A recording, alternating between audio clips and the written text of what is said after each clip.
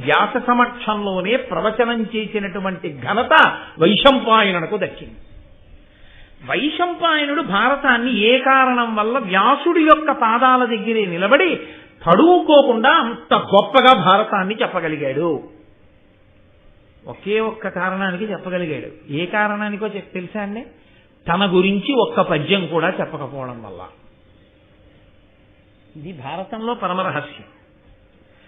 ఇంత భారతాన్ని ప్రవచనం చేసినటువంటి వైశంపాయనుడు తన గురించి కాని తన తల్లిదండ్రుల గురించి కాని ఇంత భారతము చెప్పినటువంటి వాడు ఈ వైశంపాయనుడు అని ఎక్కడా చెప్పలేదు. ఆయన భారతం చెప్పే ముందు చేసిన పని ఏమిటంటే, గురువుగారు భారతం చెప్పు అనగానే వేదవ్యాసుడి పాదముల దగ్గర సాష్టాంగ నమస్కారం చేశాడు. చేసి, గురువర్యా మీరు ఆనతిచ్చారు అంటే కార్యం జరిగిపోయినట్టే, ప్రవచనం చేస్తాను.